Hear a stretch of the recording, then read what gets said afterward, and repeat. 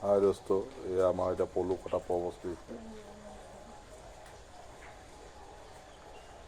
এনেকৈ কৰি পেলাই বস্তুটো কাটিব আৰু কাটি পেলাই এনেকৈ এইটো চক এনেকৈ কাটে। এইটো এনেকৈ কাটিব, কাটি পেলাই এইটো আপোনালোকে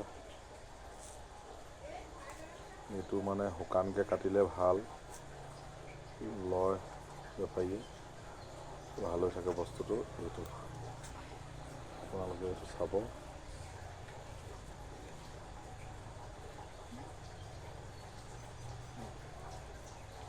খাবলৈ কিমান ভাল, ইয়াৰ সোৱাদ আপোনালোকে জানেই।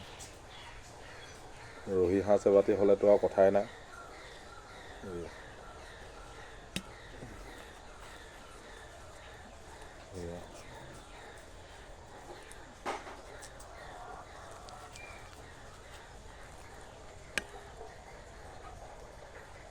এয়া দৰকাৰ হ'লে ক'ব, যোগান ধৰিম পলু।